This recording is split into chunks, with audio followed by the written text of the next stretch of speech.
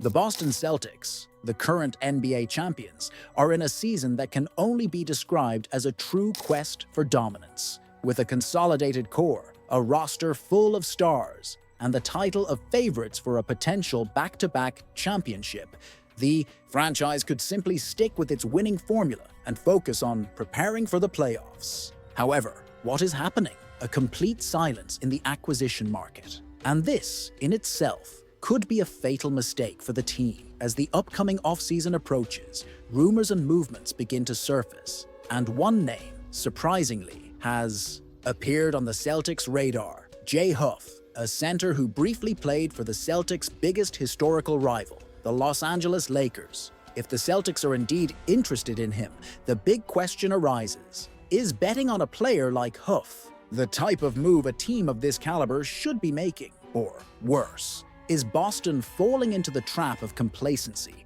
settling for something below their true ambitions?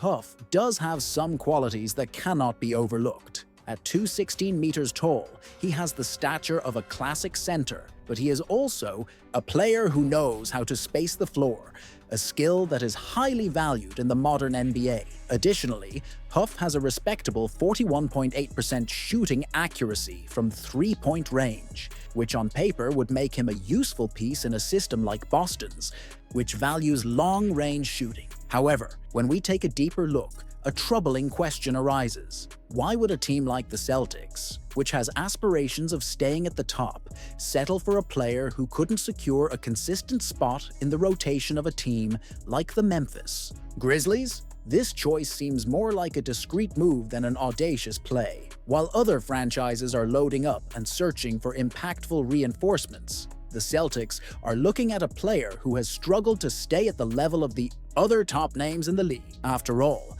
at what point will the franchise, which has recently won the title and has a talented roster, begin to invest in a solid and competitive future, rather than just filling gaps with modest bets? Fans might try to convince themselves that Huff would be just a complementary piece in the roster, a rotation option with some potential, but this narrative hides a bigger problem. Is the front office really concerned with strengthening the team? Or are they just filling temporary holes to keep the boat afloat until the future unfolds? The Celtics might be the current NBA champions, but if their approach is always about just maintaining the status quo, it could cost them dearly when their rivals start improving significantly. We can't ignore the fact that the top teams in the Eastern Conference, such as the Milwaukee Bucks, Philadelphia 76ers, and the Miami Heat, are already moving aggressively in the acquisition market. Even without big names, the Miami Heat has shown, year after year, an almost magical ability to find ways to bother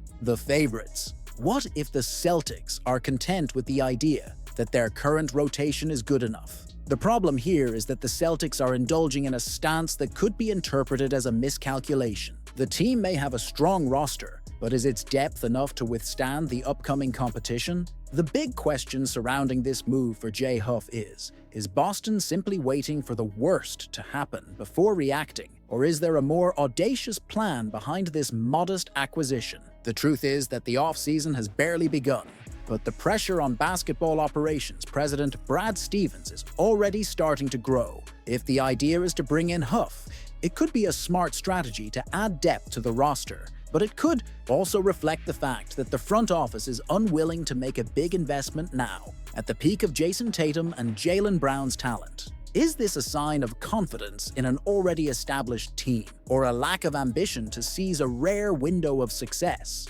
The central question remains: is the Boston Celtics playing chess while everyone else is playing checkers? Or is the franchise afraid to move the pieces on the board and risk losing the chance to build something even greater? Staying with a conservative approach may be a valid strategy, but history has shown that in times of glory, great teams need to take bigger risks to stay on top. Falling into the trap of complacency could be fatal, and signing a player like Huff might reflect just that. Personally, I have the feeling that while the Celtics watch their competitors move aggressively, the franchise needs to stop thinking small Huff may have potential, but this isn't the kind of move that will lead the Celtics to a dynasty. The team needs to think about impactful reinforcements, additions that aren't just complementary, but bring quality, depth, and new alternatives to a team that prides itself on being a true contender.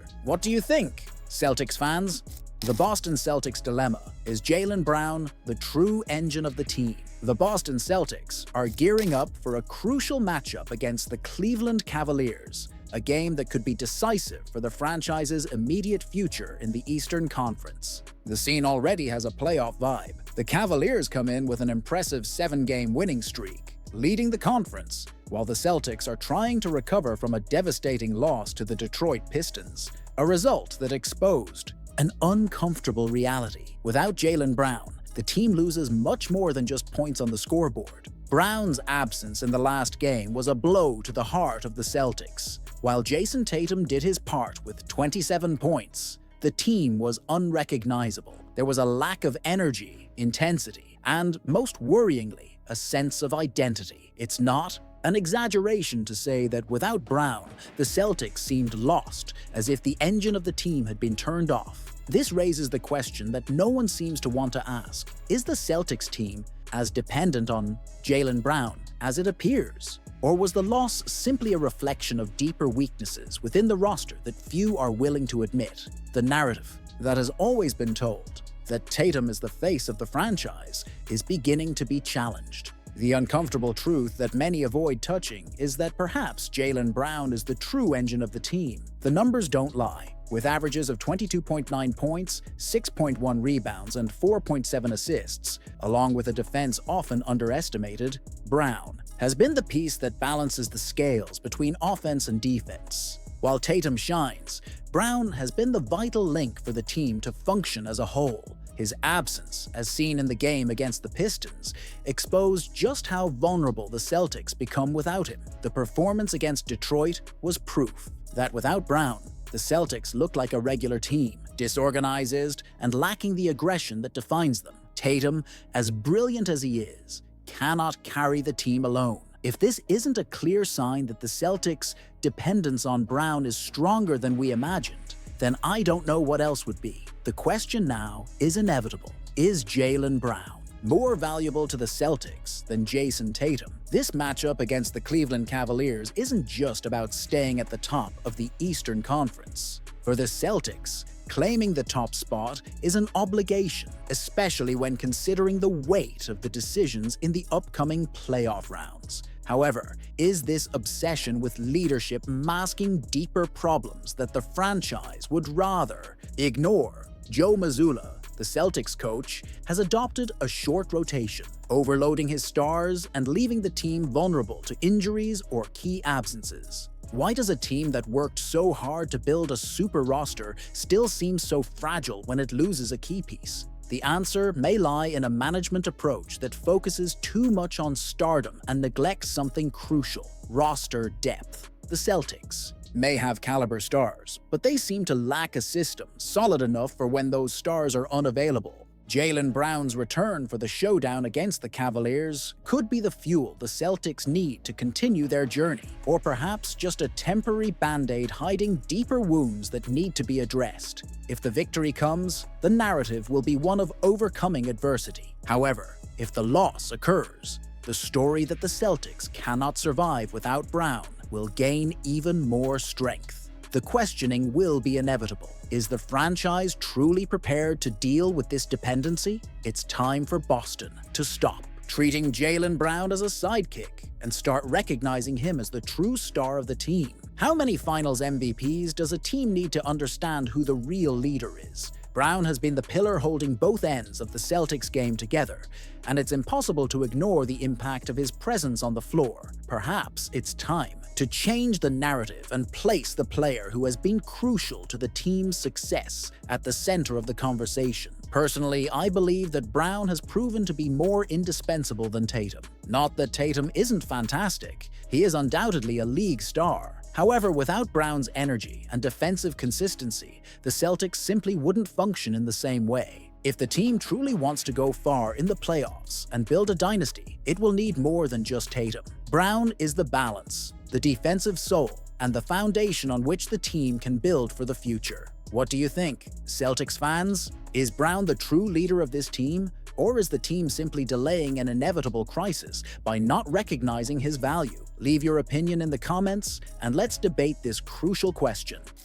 Jayson Tatum is an NBA champion, 6-time All-Star, 4-time All-NBA, and the owner of the largest contract in league history. At 26, he already carries a resume that many will never achieve in their entire careers. But even so, Tatum doesn't feel properly recognized. And perhaps he's right. Honestly, no, the star admitted in a recent interview with the Washington Post when asked if he felt he received the respect he deserved. If you took my name and face away and just looked at my numbers, at what I've accomplished, people would talk about me in a completely different way. The statement sounds like a muffled cry from someone who knows exactly how great they are, but feels like they're still trapped in the shadow of the NBA's favorites. Why isn't Tatum treated on the same level as LeBron James, Stephen Curry, or Kevin Durant? The answer might be trickier than it seems. Maybe the problem lies in the fact that Tatum doesn't have the media charisma that transforms stars into legends. He doesn't create controversies on social media, doesn't drop catchy one-liners in interviews, and doesn't live off ready-made narratives to engage the public. Instead, he just delivers what everyone demands: victories, titles, and numbers that solidify a historic career. But ironically, these don't seem to generate the same buzz when they come from someone like Tatum. What no one dares to say is that the NBA still thrives on a narrative where charisma counts more than consistency. LeBron became an icon not just because of his talent, but because he always knew how to dominate the game off the court. Curry revolutionized basketball with his three-pointers, but he also became the perfect poster child for a league that loves inspiring stories. Kevin Durant, even though disliked by many, knows how to put himself at the center of discussions. And Tatum, he just plays basketball at the highest level, which, apparently, isn't enough. "I don't want to get into debates," Tatum said. "Did I win a championship? Yes. Was I All-NBA? Yes. Did I win gold medals? Yes. These are facts, not opinions. But do facts alone suffice to be treated as one of the faces of the NBA? Another point no one discusses is how much the Celtics themselves influence this perception. The most successful franchise in history doesn't sell idols, it sells legacy. While teams like the Lakers build narratives around superstars, Boston builds collective dynasties. That was the case with Larry Bird, Paul Pierce, and now with Tatum. The problem is that in an era where individualism generates the most engagement, the collective narrative ends up overshadowing those who carry the franchise on their shoulders. The uncomfortable truth is that Jayson Tatum already has the resume to be considered the best player in the NBA today, but the basketball world still prefers to discuss whether Luka Doncic, Shai Gilgeous-Alexander, or Victor Wembanyama will be the future of the league. Why? Because Tatum is already established, but he's not interesting enough for the daily discussions. If the Boston Celtics win back-to-back championships this season, will they finally place Tatum in the same conversation as LeBron, Curry, and Durant? Or will they continue treating his accomplishments as mere numbers on a spreadsheet? The question that remains is, what more does Jayson Tatum need to do to be recognized? Maybe the answer isn't on the court, but in the game that happens. Off it, the one he seems uninterested in playing.